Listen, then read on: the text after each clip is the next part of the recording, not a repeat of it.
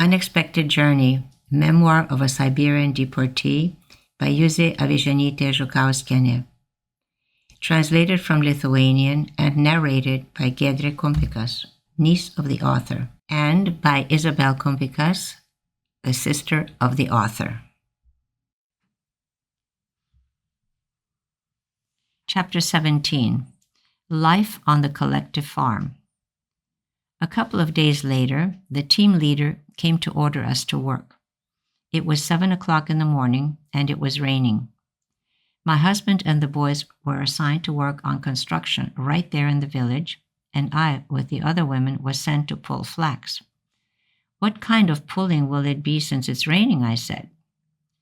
"There are not too many clear days," answered the team leader, "and when the weather is fair, the hay will have to be gathered, and later we'll have to take in the other crops."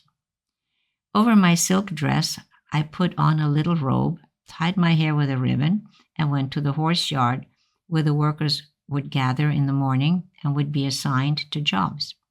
The local women were wearing long skirts of homespun coarse bag-like fabric and jackets of indefinite color and kind.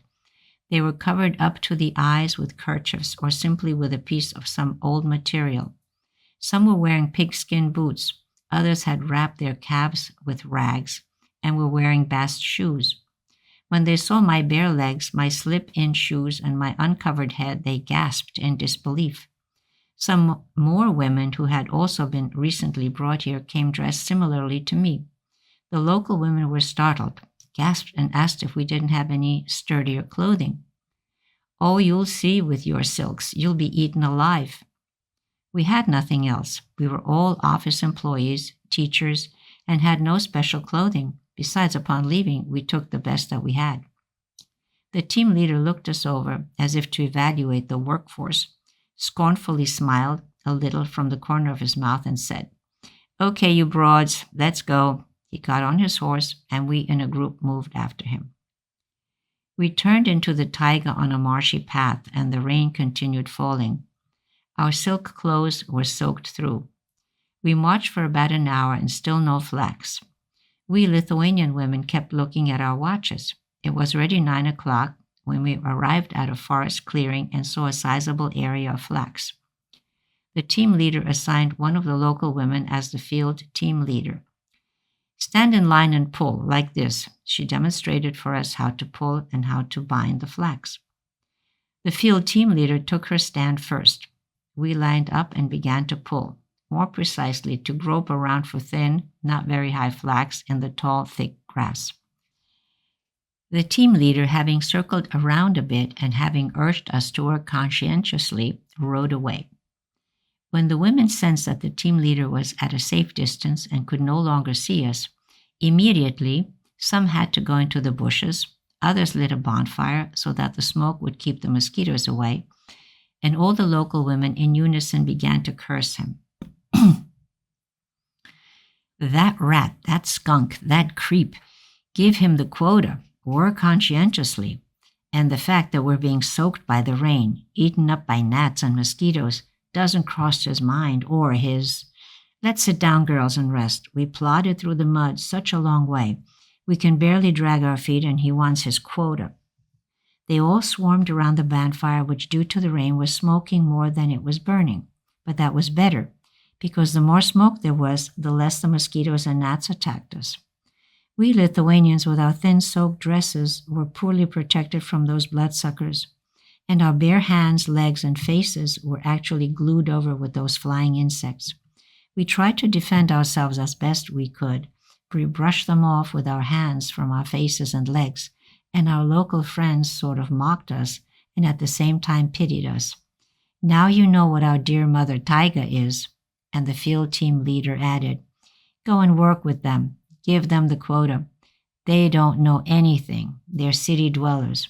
Girls, don't try too hard. We'll pick where we can, or we'll trample it into the grass. The devil himself cannot tell the green flags from the grass.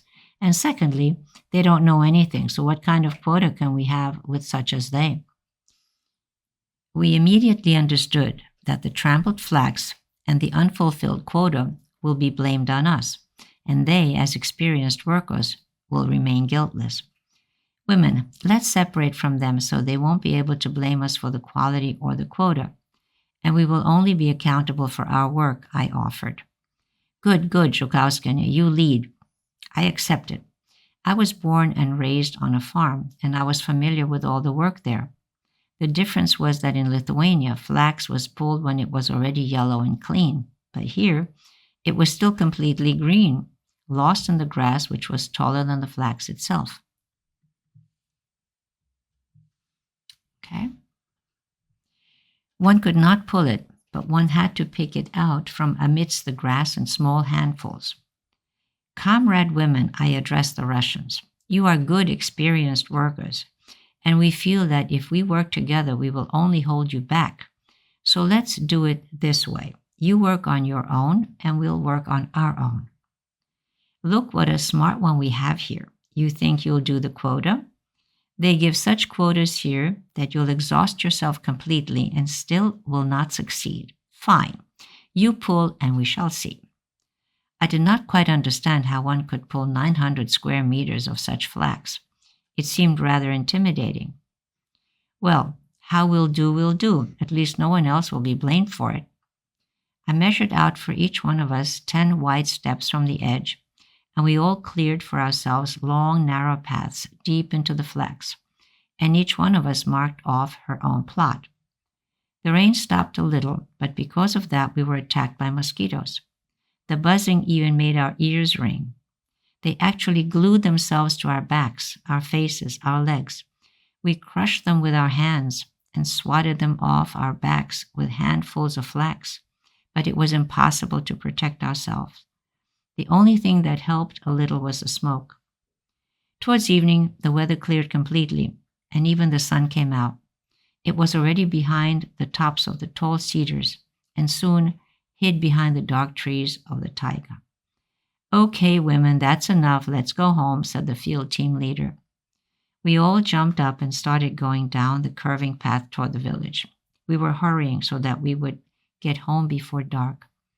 After we had gone about 2 or 3 kilometers, we met the team leader riding toward us.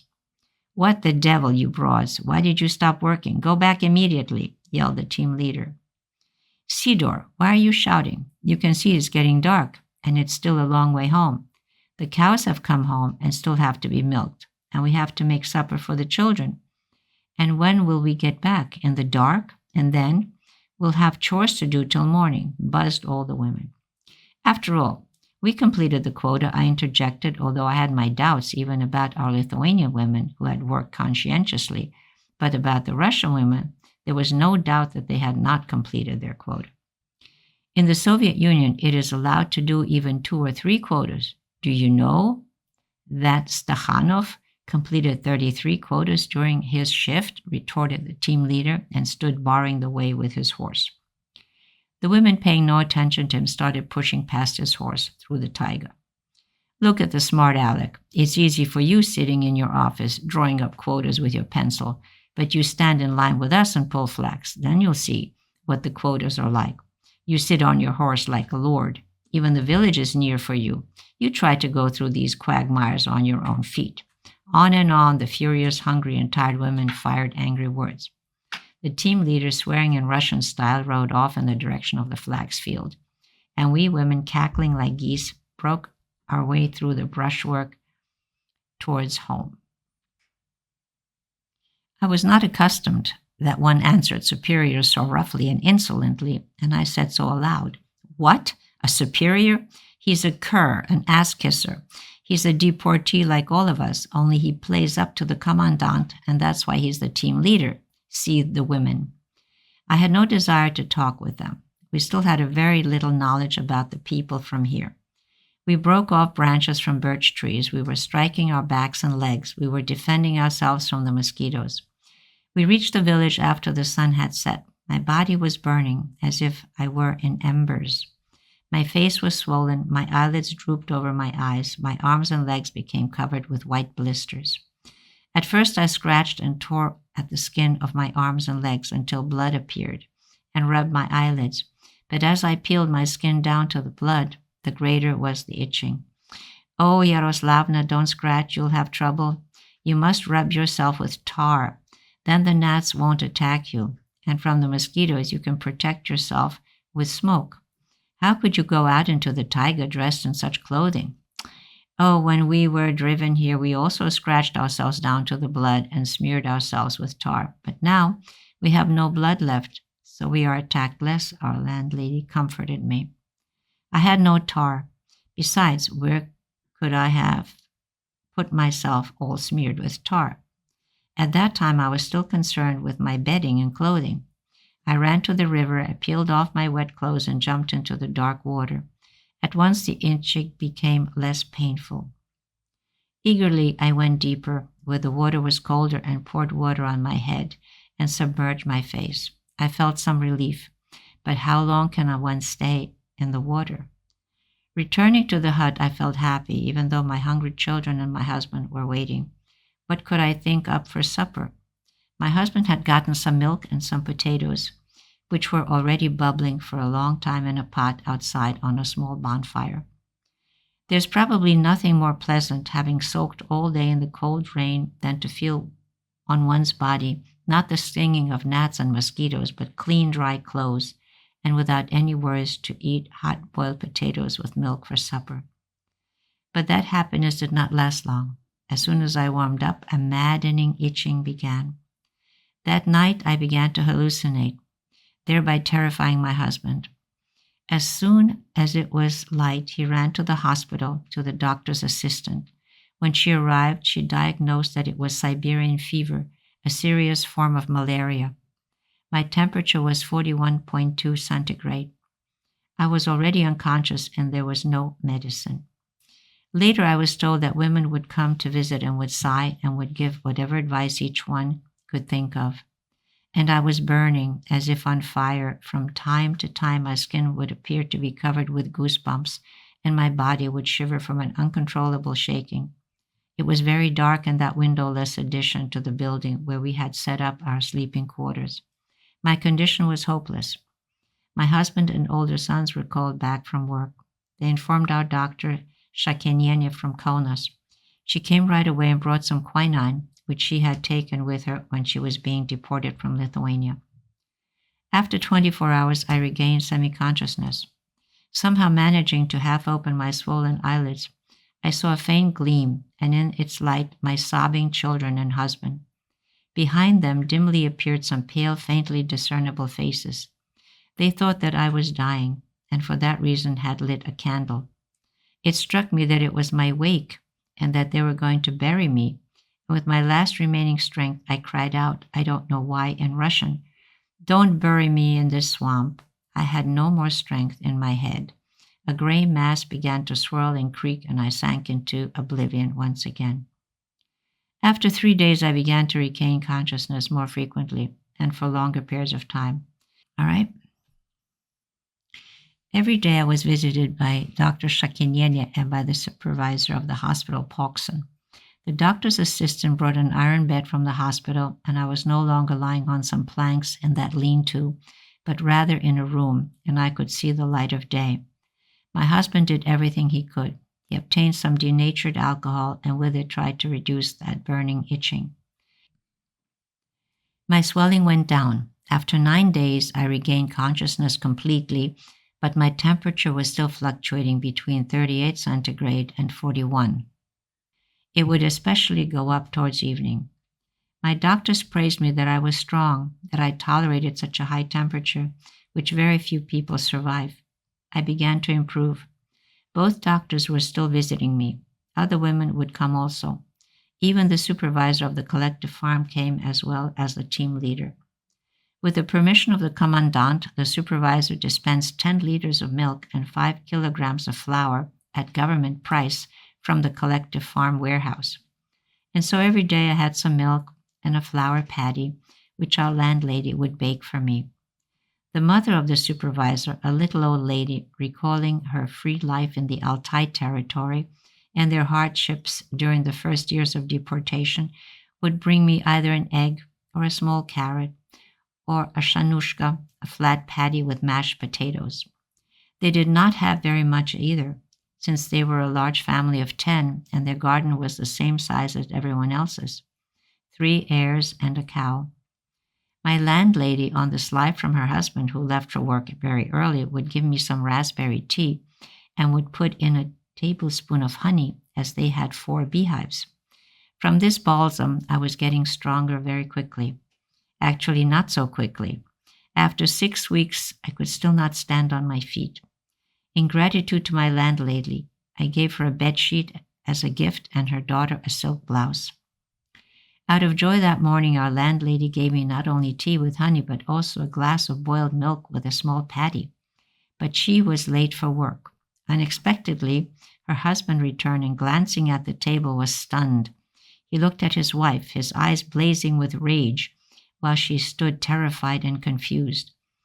A vulgar Russian expletive and angry words. "What is this? What are you doing here? Why are you late for work?" Another expletive followed. The frightened woman was unable to utter a word, grabbed a scythe, and, as she was leaving, tied on her kerchief and ran out to cut the rye. From that morning, our landlord became very cranky and rough. Having smeared his boots heavily with tar, he would come closer and would try to brush against my clean white coverlet with them. He started grumbling that winter was coming and that his children would return from the Kulstan, where could 10 people possibly fit in their small house. He was right, and I thought about it with horror. Our money was simply melting away. To get food every day was becoming harder and harder. Only my husband and my oldest son were working. We were too inexperienced and too honest. The children were sent out to rake hay. The poor youngsters thought that the more they would do, the more they would earn. They worked with all their strength, especially since the team leader praised them and evaluated them as 5th category, while experienced women were only 3rd. As a result of that, on the 2nd day, my 14-year-old son, Stasiukas, lifting a bale of hay onto a haystack, a load much above his strength, overstrained himself. He began to vomit. He had severe headaches and stabbing pains under his chest cavity. The boy ruptured a hernia, diagnosed the doctor's assistant. That's it. Notes. Stakhanov, a famous Soviet worker known for his tremendous strength and endurance. 41.2 degrees Celsius is equivalent to 106 degrees Fahrenheit. 38 degrees Celsius is 101 degrees Fahrenheit. Shanushka, in Russian shaneshki, a flat patty of mashed potatoes. Kulstan, a field camp where workers would live for the summer.